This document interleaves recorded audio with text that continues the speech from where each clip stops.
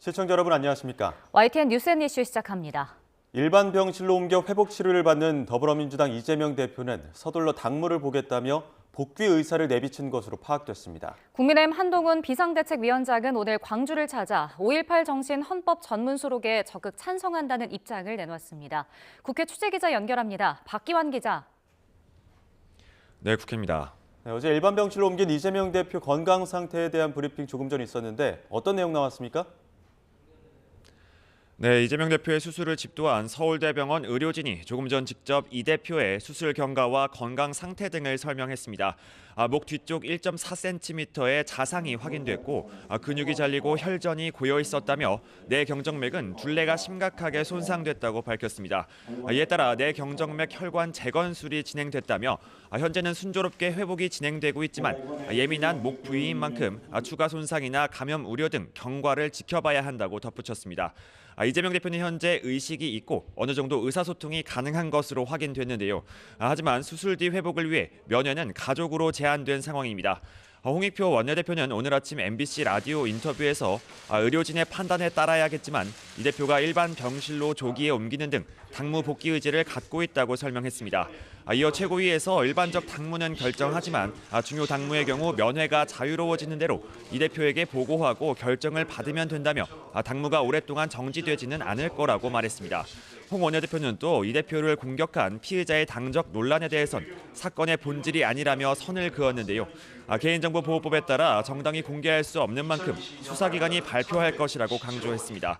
이런 가운데 어제 거취 결정 관련 기자회견을 취소한 당내 비주류 의원 모임 원칙과 상식의 이원욱 의원은 당분간 상황을 지켜보겠다고 밝혔습니다.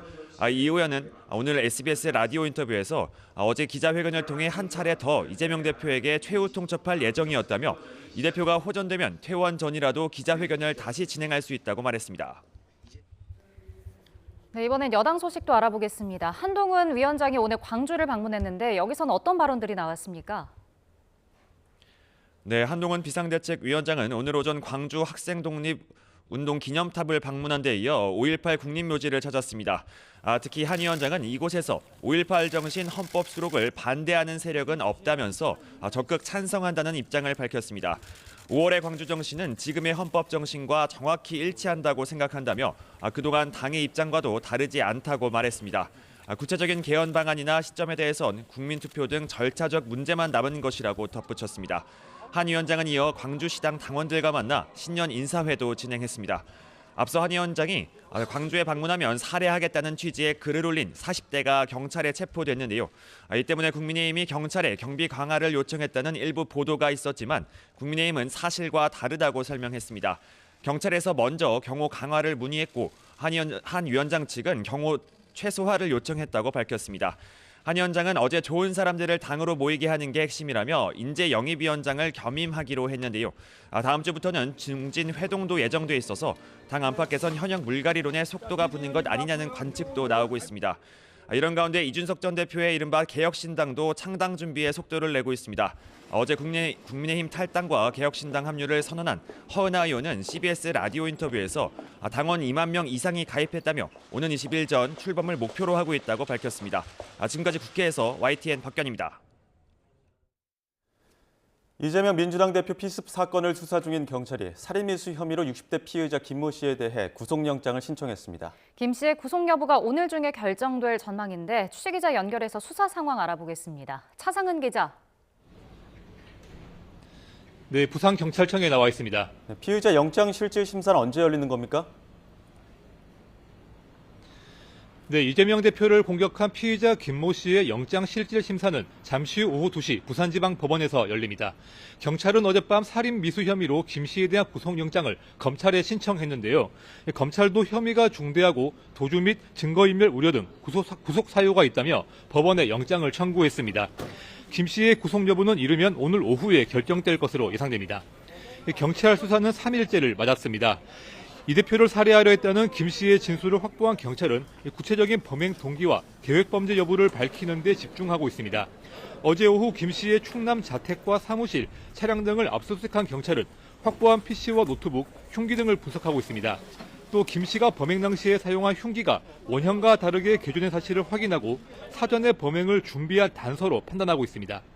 또 김 씨가 범행 전날인 지난 1일 열차를 이용해 부산역에 도착한 뒤 울산역을 다녀온 동선도 확인됐습니다. 울산역과 가까운 양산 평산마을에서 문재인 전 대통령을 예방하려 했던 이 대표의 일정을 미리 알고 사전 답사를 하기 위해서라는 의혹도 경찰이 살펴보는 것으로 알려졌습니다. 총선을 앞두고 제1야당 대표를 상대로 한 살인미수가 벌어진 만큼 피의자 김 씨의 당적에도 관심이 쏠리고 있습니다.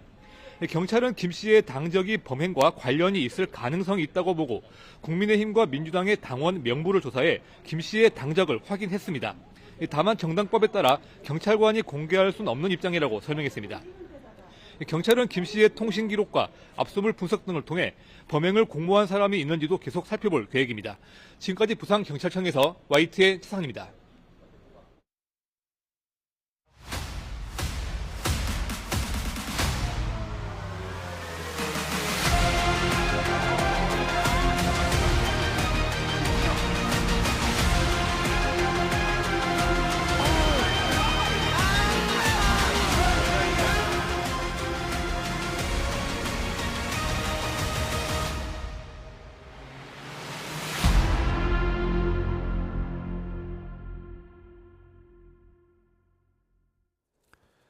네, 오늘의 정치권 이슈 최창렬 용인대 교수, 이종훈 정치평론가와 자세히 짚어보겠습니다. 두 분 어서 오십시오. 안녕하세요. 안녕하세요.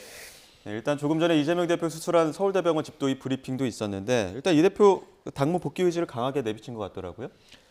지금 뭐 총선이 이제 100일도 안 남은 상황이고 예. 당내 여러 가지 문제도 있잖아요. 당내 내용도 있고 또 공천 관련 문제도 있고 해서 빨리 당무에 복귀하는 게 맞을 겁니다. 아마 지금 이제 아까 방금 전에 서울대 그 집도의의 그 브리핑이 있었는데 일단 뭐 의식은 뭐 잃지 않았었고 이제 정상을 찾아가는 상황이기 때문에 아마 이제 이재명 대표 본인도 빨리 당무에 복귀해서 여러 가지 이제 갈등들을 해결하는 생각을 가지고 있을 겁니다 아마. 예. 그리고 또 이제 제1야당 대표가 비슷한 상황이기 때문에 이건 물론 뭐 한 범죄자의 일이긴 합니다만 일탈이긴 합니다만 여야 모두에게 상당한 여러 가지 그 파급 효과가 있잖아요 지금 뭐 거부권 행사에 관련된 문제도 있고.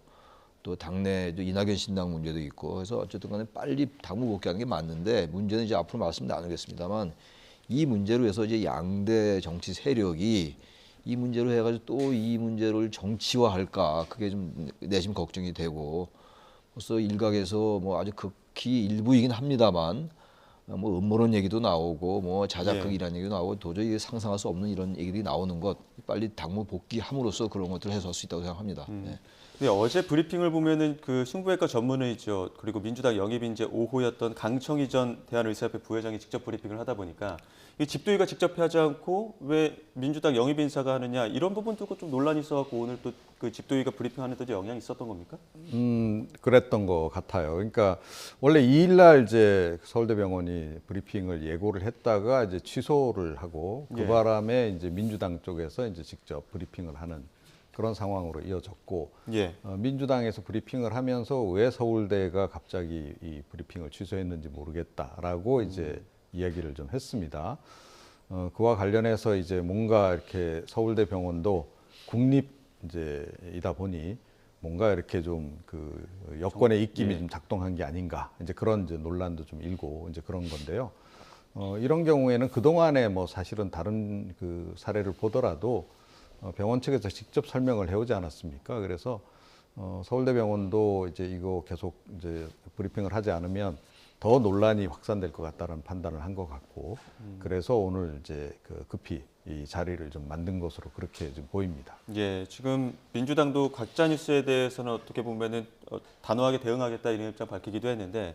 피의자의 당적을 두고 좀 논란이 있어서 이 부분은 좀 정치권에 어떻게 좀 파장이 있을 거라고 보십니까? 뭐 당적을 이제 국민의힘 당적을 보유하고 있다가 뭐 지난해죠 2023년도에 민주당 입당했다라고 본인이 진술했다고 그래요 보도에 의하면. 근데 이 당적 문제가 현실 정치에서 물론 이제 뭐 정치 테러의 책임론 같은 거와 전혀 무관할 수는 없겠죠. 이만 국민의힘을 당적을 보유하고 있었다면 더 또 민주당이 또 예민할 수 있는데. 그렇다 하더라도 이 당적은 저는 그렇게 중요하지 않은 것 같아요. 이 사건의 본질은 이 정치 테러범이라는 사람, 이 범인의 어떤 그런 삐뚤어진 그 편향성 같은 거, 극단적이고 어떤 범죄를 살인미수죄거든요. 이 부분은 일단 정치 테러 이기 이전에 살인미수란 말이에요. 그게 더 본질인 것이고 왜 이런 일들이 자꾸 벌어지고 있는 것인가. 뭐 우리나라만 있는 건 아니겠습니다만 그러한 게 본질인 것이지 이 사람이 민주당 당적을 가지면 뭐 어떻고 국민의힘 당적을 가지고 어떻다라는 것 자체가 그게 이 사건의 본질을 또 다른 데로 왜곡시킬 수 있기 때문에 예민한 문제이긴 하겠습니다만 너무 과도하게 양당이 이 범인의 당적을 가지고 논란을 벌이는 건 저는 바람직하지 않다라고 생각을 합니다. 예. 그러니까 그 이재명 대표의 어떻게 보면은 방문 일정을 좀 확인하기 위해서 당적으로 옮겼다 뭐 이런 이야기도 돌긴 네, 하던데 어떻게 보십니까? 네, 근데 뭐 그 모든 게 그러니까 앞으로 이제 뭐 밝혀지긴 하겠죠. 그런데 그게 뭐 예를 들어서 뭐 국민의힘 쪽에서 뭐 조직적으로 움직여 가지고 그렇죠. 이 사람을 이제 일부러 민주당으로 뭐 일종의 간첩으로 투입하고 뭐 이런 식으로 뭐 이제 했다라고 한다면 이게 예. 이제 뭐 향후에 이제 정치적인 파장이 상당히 클 수도 있다라고 보는데 이게 시대가 어느 시대입니까? 그쵸. 이제 그런 게 통하지도 않는 예. 시대고 그런 식으로 기획이 이루어졌다라고 좀 보기도 좀 어렵다라고 생각을 근데 하고요. 네, 말씀하시죠. 그리고 지금 양당 모두 사실은 뭐 가짜 뉴스 관련해서 뭐 엄정 대응 이렇게 얘기를 하는데 그 이전에 저는 양당이 지금 자성의 목소리부터 먼저 내야 된다라고 생각합니다. 예, 어떤 그러니까 부분이었죠? 분노의 정치에 과도하게 의존하다 보니 그러니까 일반 국민들 중에는 뭐 이제 이렇게 과도하게 받아들여서 그걸 뭐 어떻게 자기 문제로 받아들여서 그냥 이렇게 과민하게 대응하게 되는 이런 경우도 발생한다는 거예요. 뭐 아시다시피 조금 전에도 이제 뭐 정치 양극화 그 단어가 이제 나오기도 했습니다만 예. 지금 양당이 너무 극한 대립을 지금 계속 지금 오래 지속을 하고 있다라는 거죠.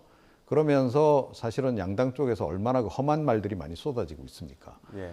그거를 이제 개인에 따라서는 뭐 그냥 자기 문제화 해가지고 뭐 이런 행동에도 나설 수 있는 거예요. 개연성이 예. 높아진다라는 거죠. 예. 저는 향후에도 이런 그 사건 사고가 좀 연이어 발생할까봐 개인적으로는 굉장히 걱정을 하고 있습니다. 그러니까 정치권이 최근에 그런 분위기를 너무 과도하게 조성했다는 거예요. 예. 그래서 그 부분에 대해서도 저는 자성을 좀 하고 예. 이번 기회에 좀 더 이제 뭐 협치 정신으로 되돌아간다든가 그런 노력을 하겠다라든가 이런 얘기도 함께 나와야 되는데 뭐 그 엄정 대응, 처벌 뭐 그러면서 가짜 뉴스에 대해서도 엄정 대응 뭐 이런 식으로만 얘기를 한다는 거예요. 근데 사실은 가짜 뉴스의 진원지의 상당수가 정치권인 경우도 많아요.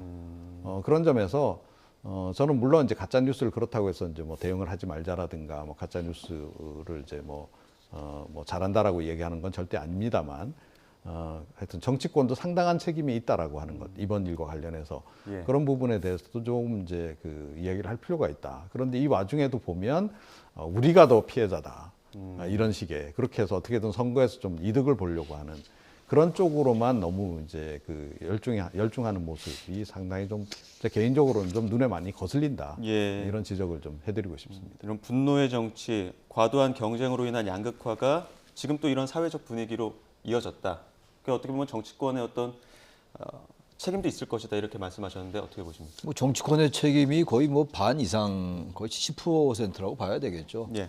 우리 정치가 이제 구성되는 이 시스템을 보면은 정치 그다음에 커뮤니케이션 시민들 이런 거 아니겠어요? 예. 그 시민들의 어떤 표에 의해서 이제 여야 정당이 갈리는 것이고 또 이제 정권이 이제 바뀌고 이런 거란 말이에요. 예. 그 과정 속에서 정당이 존재하는 것이고 그 정당이 정치니까 언론이 거기 이제 같이 이 시스템에 포함되어 있는 거예요. 요즘 언론에도 이제 정당인들, 정치인들이 이제 특정 이슈에 대해서 굉장히 많이 출연을 하잖아요. 라디오 같은 경우는 과거는 이제 주로 잘 안 보이는데 라디오도 이제 보이는 라디오라고 그래가지고 그것도 많이 이제 보도가 되고 노출되고 포털에 또 그냥 또 그대로 보도되고 또 SNS라는 게 이제 과거에 없던 거였는데 예. SNS 이른바 페이스북을 통해서 자신들의 의견을 뭐 여짜저고 그게 바로 또 보도가 된단 말이에요. 어떤 경우에는요. 이게 본질적인 얘기가 아닐 수 있겠습니다만 별로 중요하지 않은 건데 뭐 유력 정치인의 그 SNS 발언이라고 해서 또 그냥 보도를 하면 또 다른 언론이 그걸 받아 쓰고 저는 그래서 언론도 상당한 책임이 있다. 언론 예. 전반을 말씀드리는 거예요. 방송도 너무 과도하게 그 나올 얘기가 뻔한 사람들을 불러가지고 그 무슨 어떤 말이 나올까를 의심하지 않아도 뻔한 얘기란 말이에요. 그건 정당에 소속된 사람들이니까 공천도 받아야 되는 것이고. 예. 그러니까 과도한 발언들이 나오는 거 아니겠어요? 그런 경우가 너무 많아요.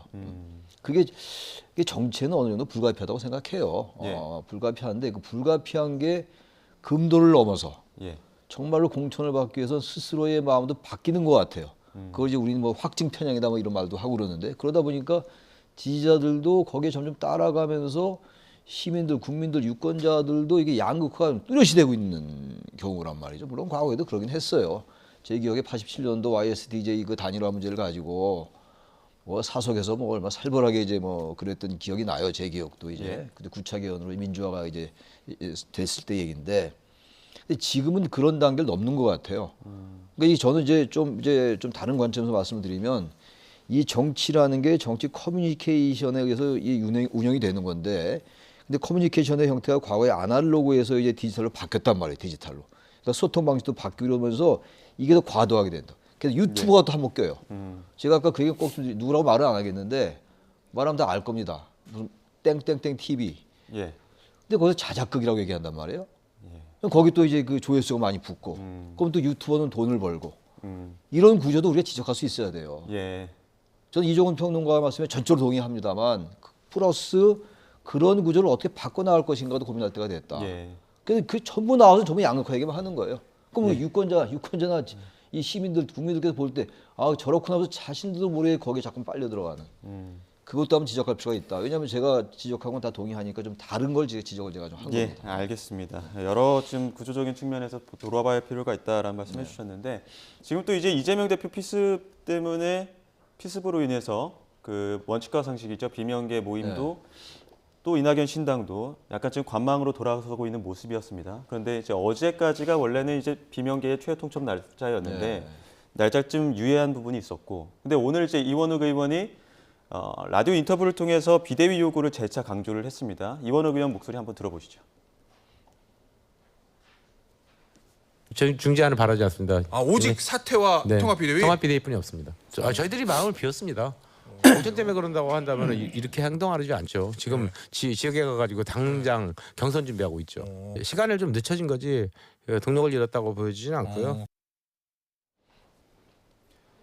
물론 이재명 대표의 쾌유를 가장 먼저 빌긴 했습니다. 그럼에도 불구하고 원칙과 상식의 시계도 돌아가야 된다, 이렇게 얘기를 하더라고요. 재차 강조한 이유는 어디에 있다고 보십니까? 네, 동력이 상실될 우려가 있기 때문에 이제 그런 거죠. 그러니까 어떤 일이든 사실은 타이밍이 굉장히 중요하잖아요. 예. 그래서 뭐 이렇게 결행하기 위해서 디데이를 딱 잡고 그와 관련해서 이제 모든 거를 다 이제 일정도 조율도 하고 다 이렇게 준비를 해놨는데 했겠죠. 예. 그런데 이제 그 타이밍을 딱 놓치게 되면 다시 일정 조율하는 것부터 시작해서 이제 또 그 사이에 또 다른 또 각자의 또 다른 생각들이 또 좀 결합이 이렇게 되다 보면 이 일 자체가 이제 어그러지는 그런 경우가 이제 종종 발생하잖아요.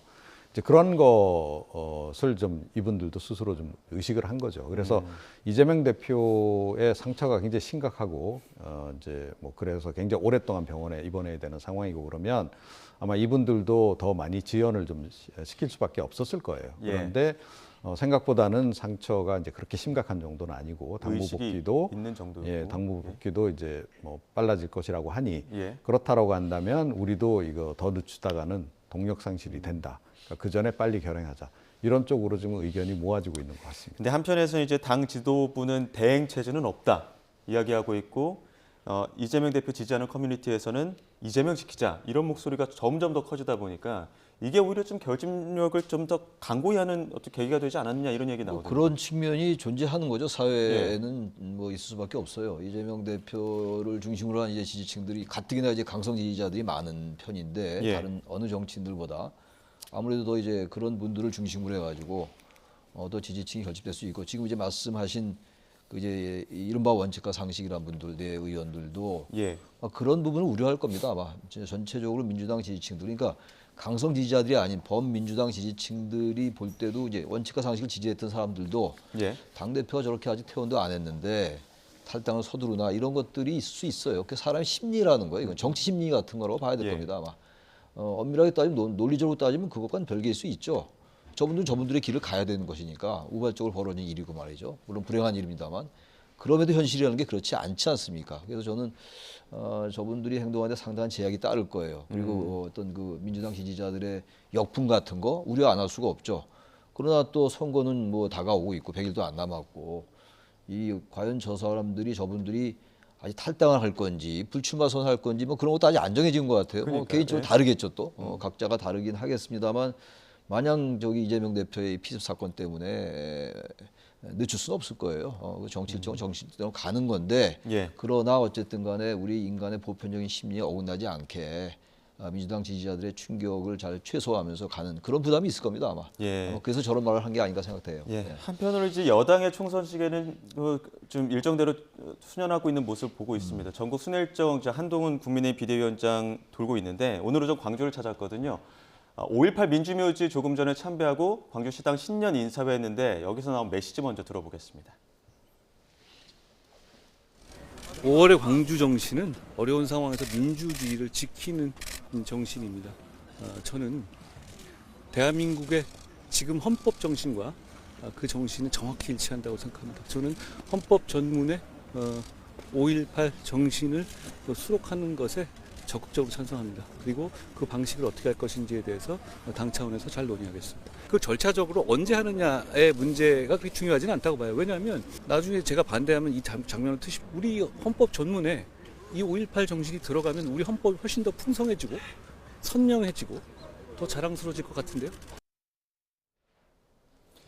네, 국민의힘의 5.18 민주묘지 참배는 어떻게 보면 호남부의 상징이지 않습니까? 예전에 뭐 김종인 전 위원장 무릎 참배하면서 지지율 확 치솟기도 했었는데 오늘 한동훈 위원장의 발언은 어떤 정도 호남부에 지금 호소력이 있었다고 보십니까? 5.18 정신을 이제 헌법 전문에 수록하겠다라는 말을 했어요. 그 얘기는 예. 뭐 지금 처음 나온 얘기는 아닙니다. 그건 윤석열 대통령도 얘기했던 것이고 예. 김종인 위원장도 마찬가지인데 말이 아주 되게 명확해요. 5.18 정신이 들어가면 헌법이 훨씬 더 풍성해진다, 선명해지고 자랑스러워질 것이다. 그러니까 5.18 정신에서 확고한 자기의 그 입장을 얘기를 한 겁니다. 이런 예. 부분들은 뭐 호남뿐만이 아니라 그러니까 저는 그렇게 생각해요. 5.18 민주화 묘지를 가고 이런 부분들을 광주를 찾는 거를 호남 구에다 이제 그런 문법도 좀 벗어났으면 좋겠다는. 뭐 그러면 있겠죠. 정치 현실이니까 있겠습니다만 이제 우리도 관점을 좀 달리하자 이거 그런 것들 예. 하나씩 좀 그래서 사실 우리 영남은 다 이제 대체적으로 이제 국민의힘 지지 기반이고 호남은 뭐 아닌 거 다 아는 사실이에요. 그게 뭐 예. 어제 오늘 일이 아닙니다만 조금씩 세월이 걸리겠습니다만 너무 우리 진부하게 이제 이게 상투적인 이러한 업부터 좀 바꿀 필요가 있다. 우리 시민들도 예. 우리 국민들도 그렇고 예. 뭐 그런 면이 분명히 있겠습니다만 5.18 정신은 민주화잖아요. 민주화라는 게 광주의 전유물일 수 없죠. 민주화라는 게 광주 시민들에 의해서만 이루어진 것도 아닌 것인데 물론 80년도에 그 최근에 뭐 영화도 나오고 그랬습니다만 그 전두환 일당이 5.18을 이제 막 광주를 제압하고 진압하고 많은 사람을 희생시켰잖아요. 그러면서 이제 광주 정신과 상통합니다만 세월도 많이 흘렀고 그러니까 5.18 정신은 바로 대한민국의 민주 정신이다. 이제 그런 입장에서 보자. 그런 면에서 본다면은 오늘 지금 이 한동훈 이 비대위원장의 발언 이거는 상당히 의미 있는 발언이고 너무나 당연한 말이다. 예. 잘하는 거라고 생각해요. 예. 호남구의 이상의 어떤 시각으로 봐야 된다 말씀하셨는데 오늘 이제 한동훈 위원장의 광주 5.18 민주묘지 방문 어떻게 보셨습니까? 네. 그런데 이제 호남 쪽의 그 민심을 움직이려면 이제는 말로는 부족하다. 저는 그렇게 생각합니다. 예. 그러니까 윤석열 대통령도 이 말씀하셨고 한동훈 위원장도 지금 이 말씀을 계속 하시는 건데 행동을 해야 될 순간이 되면 주저주저 해온 것이 지금 보수 정당이었던 거잖아요. 예. 헌법에다가 이 전문에다 이런 걸 포함시키는 이 문제와 관련해서 보수 진영 내에서는 여전히 반대론이 많고 좀 그렇단 말입니다. 그리고 실제로 이제 향후에 뭐 개헌 진행되는 과정에서 이걸 포함시키는 것에 대해서 어떻게 나올지도 사실은 아직은 불확실하다라는 거예요. 그리고 뭐 지난번에 이제 문재인 전 대통령이 이제 개헌 추진할 때도 뭐 그 당시에도 이미 뭐 이런 부분 논란이 꽤 좀 있었던 이제 그런 거라는 거죠. 그래서 광주를 비롯해서 호남 쪽에서는 여전히 의구심을 가지고 이 국민의힘을 지켜보고 있는 거예요. 이 사람들이 네. 말은 이렇게 하지만 과연 이걸 실천할 의지가 있겠는가 이제 그런 거거든요. 그래서 지금 뭐 한 위원장도 뭐 호남 어찌 됐건 이제 가능한 한 이제 표를 좀 많이 획득하고 싶은 마음도 좀 있을 것이고 예. 이제 그런 이제 심정이 있을 건데 이것만으로는 부족하다는 점을 좀 명확하게 좀 인지할 필요가 있다. 내부 교통 정리 그러니까 이 보수 진영 내에서의 이제 이 5.18 문제와 관련한 어떤 의견 통일 그런 것부터가 지금 이제 좀 필요하지 않나 좀 그런 생각입니다. 아마 그런 목소리 때문에라도 한동훈 위원장 오늘 현장에서 내가 혹시라도 말 바꾸면 오늘 이 영상 틀어봐라 이렇게 또 이야기도 하셨다고 하더라고요. 자, 이제는 또 총선 인재영입 부분도 얘기를 해야 될 것 같은 게 그 한동훈 비대위원장이 인재영입 위원장을 이제 겸직한다고 얘기했기 때문에 과연 한동훈 위원장의 인재 영입은 어떤 모습일까 이런 부분에 좀 관심이 많거든요. 어떻게 보십니까? 글쎄요, 지금 이제 비대위원 구성한 것도 그렇고 아마 젊은 사람들 위주로 하지 않겠느냐. 예. 이제 인재 영입을 이제 그렇게 느껴지고 아마 정치권과는 좀 거리가 있는 인사들로 많이 할 거예요. 근데 뭐 예. 과거에도 많이 그랬죠. 좀그 이벤트성이라는 이제 비판도 뭐 있었던 게 사실이었고 다른 정당들의 경우도 여야 정당 마찬가지인데 문제는 이제 그거죠. 영입을 해서 그 영입 인사들을 어떻게 잘 활용할 것인가의 문제예요. 과거에 보면은 영입을 한 다음에 영입해서 발표만 해놓고 그리고 이제 이른바 서프라이즈 이런 깜짝 인사가 있구나. 근데 그런 분들이 사실 정치권에 들어와가지고 정치라는 게 뭐 누가 다 할 수 있는 얘기입니다만 예. 누가 다 말을 할 수가 있는 건데 정치는 정치 나름 고유 영역입니다. 예. 정말 상대를 존중할 수 있어야 되고 나와 다른 걸 인정할 수 있어야 되는 이런 훈련이 돼 있어야 돼요. 근데 그렇지 않은데 그냥 사회에서 성공했다, 젊다 이런 이제 이유로 들어오는 경우가 많이 있잖아요. 예. 좀 그런 분들이 뭐 정치 못한다는 얘기가 아니라 이제 좀 이제 정치라는 영역을 좀 인정해야 될 것 같아요. 정치는 그냥 밖에서 아무 뭐 하다가 좀 유명해지고 인지도 높아지고 이제 성공하면 들어온다 이렇게 생각하지 말고 그래서 이제 그런 생각이 좀 반영됐으면 좋겠는데 아마도 좀 개혁적이고 과도하게 보수에 치우치지 않고 우리 네. 아무래도 젊은 사람이면 좋겠죠. 근데 젊은 거 가지고만은 세대 교체 뭐 프레임이라고 얘기는 합니다만 전 젊은 그 자체만 가지고 이 정치를 바꿀 수 있다고 생각하지는 않아요. 지난 국회를 봐도 말이죠. 현재 국회죠. 지금 젊은 사람들이 꽤 많이 들어서 155명인가 들어왔다고요. 근데 뭐 그 사람들이 어떤 면에서 더 앞장서고 그랬다고요. 양쪽 극단 양당 정치에, 양극화 정치에. 그래서 그런 것들 잘 고려해서 영입했으면 좋겠다는 생각이 듭니다. 예. 이종호 평론가님께는 공관위원장 이야기 여쭙겠습니다. 지금 뭐 법률가 출신이 올 것이다 이런 이야기 나오다 보니까 근데 한 위원장 검사 출신이고 사무총장 판사 출신, 거기에 비서실장 변호사 출신 이러다 보니까 너무 이렇게 법조인들만 오는 거 아니냐 이런 이야기가 내부에서도 좀 나온다고 하더라고요. 네, 그러니까 미리 이제 이런 분 저런 분 이제 하마평을 이제 언론에 흘려서 반응도 보고 하지만 이미 결론은 제가 보기에는 내려져 있는 상태가 아닌가 이렇게 예. 지금 보고요. 그러니까 본인이 인재영입위원장을 맡겠다는 것도 그렇고 또 공관위원장을 법조인으로 데려오겠다는 것도 그렇고 사실은 이제 그 대부분의 전문가들은 이건 본래 계획대로 그냥 가는 거다 이렇게 지금 보고 있는 거죠. 그 계획대로는 법조인이라고 보십니까? 본래 계획이 이제 뭐냐면 이제 이른바 친윤공천, 검사공천 뭐 이제 이걸 이제 이야기를 하는 거고요. 결국은 그 방향으로 이제 가기 위해서 명분만 이렇게 좀 포장해 나가는 그런 과정으로 대부분은 지금 인식하고 있다 예. 하는 거고. 예. 그리고 인재영입위원장을 지금 한 위원장이 지금 맡겠다고 하는 부분 관련해서도 이게 신뢰가 확 가지 않는다는 분들이 의외로 많아요. 뭐냐면 이번에 비대위원 구성 과정에서도 인사검증 부실 논란이 좀 있었잖아요. 예. 또 한 위원장 법무부 장관 하면서도 계속 인사검증 논란이 있었다는 거죠. 예. 자, 그런데 본인이 인재영입하면서 검증도 제대로 하겠는가 하는 이제 그 의혹, 문제 제기부터 하는 분들이 좀 적지 않은 그런 상황입니다. 그 부분 관련해서 저희가 영상을 준비를 해서 그 민경호 전 비대위원 노인 비하 발언 때문에 좀 문제가 되지 않았습니까? 한동훈 위원장이 어제 그 노인회를 방문을 했습니다. 그 방문한 자리에서 이전에 그 김은경 혁신위원장과 방문했을 때는 조금 너무 그 온도차가 있다 보니까 그 비교해서 한번 영상 보시고 두 분의 의견 짧게 듣도록 하겠습니다. 정신 캐리어라고 정신 캐리어.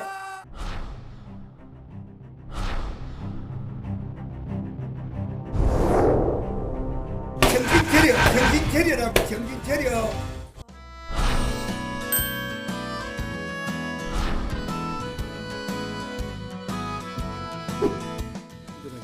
제가 제 책임입니다. 제가 정말 죄송하다는 말씀을 오신 분께 드립니다. 한동훈 비대위원장은 막 신속하게 하루 만에 내가 성명 내니까 그 사람을 해줘라고 민첩하게 이래 하니까 배움하는 게 확실히 다르구나.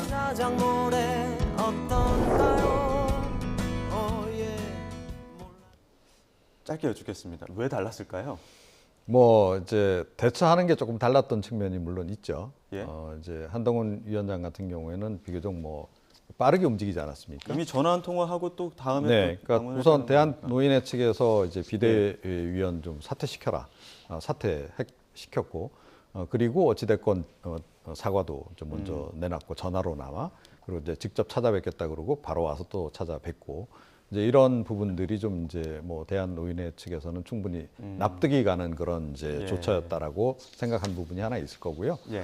뭐 또 다른 측면은 대한노인회는 그래도 좀 보수 성향이 강한 단체 아니겠습니까? 예. 그런 부분도 작동했다 이렇게 생각합니다. 최창일 교수님께서 저도 이렇게 봐요. 저기 김은경 혁신위원장은 본인이 노인 비하 발언을 했던 거였잖아요. 예. 그런 점이 있고 그렇다고 해도 지금 저 김호일 위원장이 그 당시 그 사진 따기라는 거 그건 좀 적절치 않은 행동이었다고 보고 한동 위원장은 뭐 본인이 한 건 아니고 사퇴했고 본인 민경우 전 뭐 비대위원장 사퇴했고 또 저도 그건 똑같이 말씀드리고 싶어요. 어차피 대한노인회가 아무래도 보수 친화적인 뭐 그런 성향이 있잖아요. 아마 그런 것도 전혀 작동하지 않았다고 볼 수 없다. 그런 것들이 같이 결합돼서 과거 김은경 혁신위원장의 그 사과 때와는 다른 모습을 연출한 게 아니었는가라고 생각이 됩니다. 네, 알겠습니다. 여기까지 듣도록 하겠습니다. 지금까지 최창렬 용인대 교수, 이종훈 정치평론가와 함께했습니다. 오늘 말씀 고맙습니다. 네.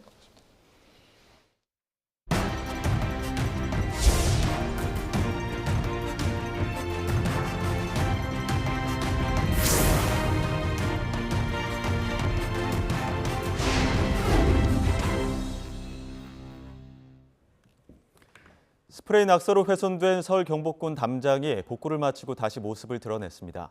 문화재청은 오늘 오전 현장을 공개하고 재발 방지 대책을 발표했는데요. 취재기자 연결해 자세한 내용 알아보겠습니다. 김정회 기자. 네, 김정혜입니다. 먼저 공개된 경복궁 담장 소식부터 알아보겠습니다. 낙서가 완전히 제거된 겁니까?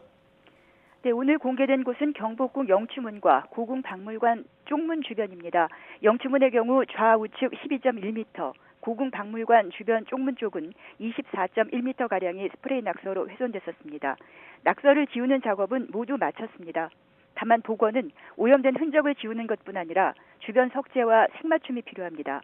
지우는 과정에서 사용한 약품이 시간이 지난 뒤에 해당 부분과 주변에 어떻게 영향을 주는지도 살펴서 후반 작업을 해야 해 지금 당장 100% 복원됐다고 말하기는 어렵습니다. 문화재청은 현재 시점에서 공정률은 80% 정도라고 설명했습니다. 네, 혹한 속에서 제거 작업이 진행돼서 어려움도 있었는데 그간의 과정도 전해주시죠. 네, 한파가 맹위를 떨치던 때에 사건이 발생했기 때문에 강추위로 작업이 중단된 기간을 빼면 총 8일간 낙서 제거 작업이 진행됐습니다. 투입된 인원은 하루 평균 29.3명꼴로 대부분 국립문화재연구원 문화재보존과학센터와 국립고궁박물관 소속 보존처리 전문가들이었습니다. 전문가들은 영추문 주변과 고궁박물관 쪽문 주변에서 낙서 제거 작업을 다르게 진행했습니다. 영추문 주변은 전체적으로 석재 상태가 평편해 미세 블라스팅 방법을 적용했고 박물관 쪽문 주변은 양쪽 상태가 다르고 석재 상태도 좋지 않아서 레이저 클리닝 작업을 한 뒤에 모터 툴로 마무리했습니다. 색 맞춤도 진행했습니다. 문화재청은 담장 표면 상태를 계속 점검하고 결과에 따라 2단계 보존 처리 작업을 마저 진행할 예정입니다.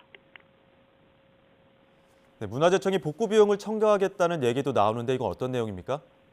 네, 문화재청이 지금까지 낙서 제거에 든 돈에 대해서 손해배상을 청구하겠다고 방침을 세운 겁니다. 문화재청은 오늘 브리핑에서 전문 장비와 작업에 필요한 방진복, 장갑, 작업화 등 용품 비용 등에 2,153만 원이 쓰였다고 밝혔는데요. 여기엔 투입된 전문가들의 인건비, 기타 비용은 포함되지 않았습니다. 따라서 이 부분까지 포함하면 전체 금액은 더 늘어나게 되는데 문화재청은 문화재보호법에 따라 원상 복구에 든 비용을 징수한다는 방침입니다. 또 유사범죄가 발생하지 않도록 관련 법에 따라 3년 이상의 유기징역에 처할 수 있도록 관계기관과 협력해 대응해 나간다는 계획입니다. 네, 재발 방지 대책도 내놨는데 핵심은 뭡니까? CCTV 추가 설치와 온오프라인 홍보로 사고를 예방한다는 게 주요 대책으로 발표됐습니다.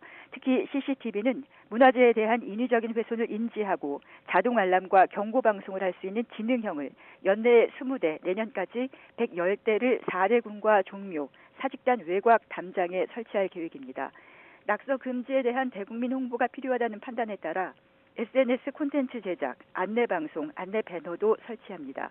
또 국가유산 훼손 신고 전화를 운영해서 국민 신고 제도 활성화한다는 계획입니다. 지금까지 YTN 김정혜입니다. 남양유업 경영권을 두고 홍원식 회장 일가가 사모펀드 운용사 한엔컴퍼니와 벌인 법적 분쟁에서 최종 패소했습니다. 이에 따라 남양유업 창업 후 60년간 이어온 오너 경영 체제가 막을 내리게 됐습니다. 자세한 내용은 취재기자 연결해서 알아보겠습니다. 백종규 기자. 네, 대법원입니다. 네, 대법원이 오늘 남양유업 홍원식 회장이 오너 일가가 가진 주식을 사모펀드에 넘겨줘야 한다 이렇게 판단했죠? 네, 사모펀드 운용사 한엔컴퍼니가 홍원식 남양유업 회장 일가를 상대로 낸 주식 양도 소송의 최종 결론이 나왔습니다. 대법원은 한엔컴퍼니 측 손을 들어줬습니다. 대법원은 원심 판단에 관련 법리 오해가 없고 필요한 심리를 다하지 않아 판결에 영향을 미친 잘못이 없다고 판단했습니다. 재판에선 김앤장 법률사무소가 최초 계약 과정에서 양측을 모두 자문한 게 쌍방 대리류 행위로 위법한지가 쟁점이 됐는데요. 하급심과 달리 대법원은 김앤장의 쌍방 대리 행위 자체는 인정했습니다. 다만 홍 회장이 주당 매매 대금에 관해 직접 협상을 하면서 김앤장의 쌍방 자문에 동의했다고 볼 수 있어 양측의 주식 양도 계약 자체는 유효하다고 봤습니다. 이에 따라 홍 회장 일가는 계약대로 한엔컴퍼니에 주식을 넘겨줘야 합니다. 양측 법정 공방 발단은 지난 2021년으로 거슬러 올라갑니다. 남양유업은 코로나가 확산하던 2021년 4월 자사 제품인 불가리스가 코로나19 억제 효과가 있다고 주장했다가 사회적 논란을 일으켰습니다. 이후 홍 회장은 허위 발표에 책임을 지며 5월 전격 사임을 발표했습니다. 이어 오너 일가가 보유한 회사 주식 52.63% 3,100억여 원의 원을 매각하는 조건으로 한엔컴퍼니와 주식 매매 계약을 맺었습니다. 하지만 매각을 미뤘고 같은 해 9월 한엔컴퍼니에 주식 매매 계약 해제를 통보했습니다. 홍 회장 측은 한엔컴퍼니가 백미당 매각 제외, 오너 일가 처우 보장 등 계약 조건을 지키지 않았다는 이유를 들었습니다. 이에 한엔컴퍼니는 홍 회장 등을 상대로 거래 종결 의무를 조속히 이행하라며 주식 양도 소송을 제기했습니다. 재판 과정에서 홍 회장 측은 한엔컴퍼니가 부당하게 경영에 간섭을 했고 비밀 유지 의무를 위반했다며 계약 해지는 적법하다는 주장을 펼쳤습니다. 또 김앤장 법률사무소가 홍 회장 일가와 한엔컴퍼니를 쌍방 대리한 것을 두고도 변호사법 위반에 따른 계약 무효도 주장했습니다. 그러나 1심과 2심 모두 한엔컴퍼니 손을 들어줬습니다. 1심 재판부는 계약상 문제가 없다는 한엔컴퍼니 측 주장을 받아들여 계약대로 주식 이전 절차를 이행하라고 선고했습니다.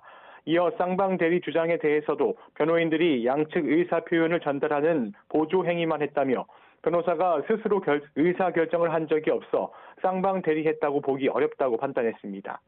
2심 재판부도 홍 회장 측이 제출한 자료를 검토했지만 변론을 다시 할 사유가 없다며 1심과 같은 판단을 유지했습니다. 오늘 대법원도 상고를 기각해 원심을 유지하면서 홍 회장 일가는 계약대로 주식을 넘겨주게 됐습니다. 이로써 한엔컴퍼니는 단숨에 남양유업 최대 주주로 올라서게 되는데요.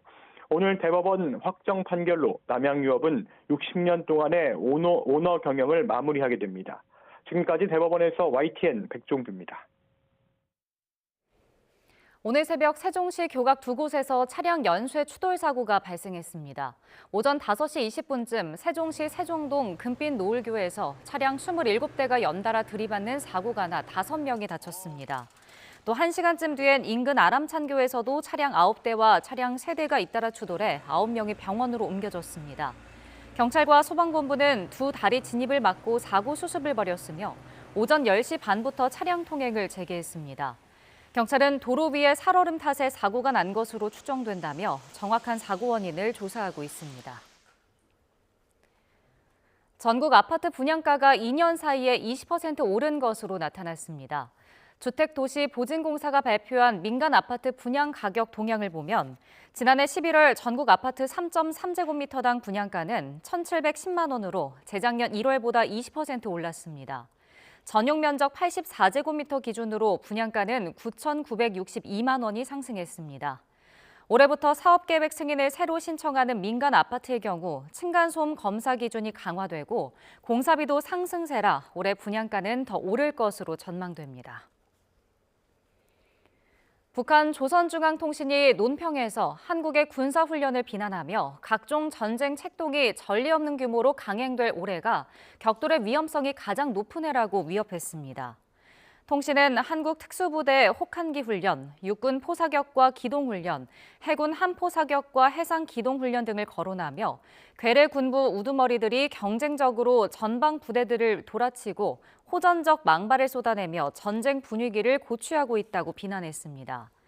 북한은 김정은 국무위원장이 지난해 말 당 중앙위원회 전원회의에서 남한의 전 영토를 평정하기 위한 대사변 준비를 강조한 뒤 대남 비난 수위를 높여가고 있습니다.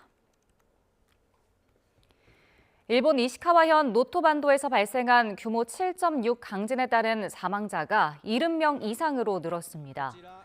공영 NHK 방송은 이시카와현과 와지마시 당국 집계를 종합해 강진 사망자가 73명으로 늘었다고 전했습니다. 부상자 수는 이시카와현과 인접 지역을 포함해 총 370명으로 파악됐고 이 가운데 이시카와현이 323명으로 가장 많다고 NHK와 교도통신이 보도했습니다. 오늘 외출하실 때는 미세먼지용 마스크를 꼭 착용하셔야겠습니다. 지금 대기 정체로 수도권과 충북 지역의 초미세먼지 농도 나쁨 수준을 보이고 있습니다. 점차 그 밖의 중서부 지역도 공기가 탁해질 것으로 예상됩니다. 오늘 호흡기가 예민하신 분들은 유의하셔야겠습니다. 오늘 아침에는 꽤 추웠지만 낮부터는 기온이 크게 올라 온화한 날씨가 이어집니다. 서울 한낮 기온 영상 6도로 예년 기온을 4도가량 웃돌겠고요. 대전과 대구는 10도 가까이 올라 포근하겠습니다. 오늘 중부지방은 구름 많이 끼겠고 남부지방은 하늘빛이 맑겠습니다. 그리고 동해안 지역은 밤부터 초속 20m 이상의 강한 바람이 불겠습니다. 오늘 지역별 낮 기온은 서울 6도, 강릉 9도, 대구 9도, 울산과 부산 10도가 예상됩니다.